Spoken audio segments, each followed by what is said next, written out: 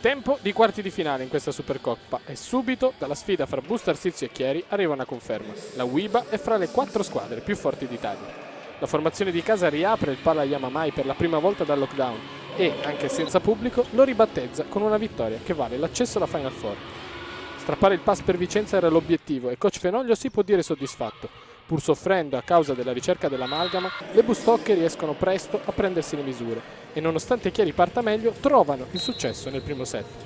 Nel secondo parziale però, le chieresi entrano con un altro piglio, soffrono all'inizio, recuperano sulla distanza e trasformano il secondo parziale in una lotta campale, che alla fine spuntano, annullando un set ball e vincendo 27-25.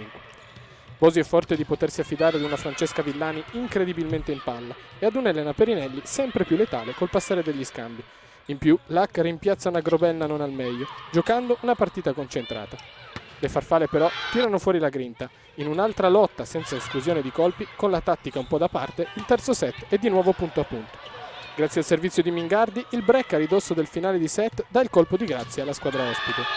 Nel quarto parziale non c'è più spazio per un ritorno delle bianco-blu. Polter, dopo aver spaziato e forzato per tutta la gara, con Gennari ed Escamiglia sempre pronte, trova anche Stevanovic, mentre le ragazze di Bregoli tirano i remi in barca.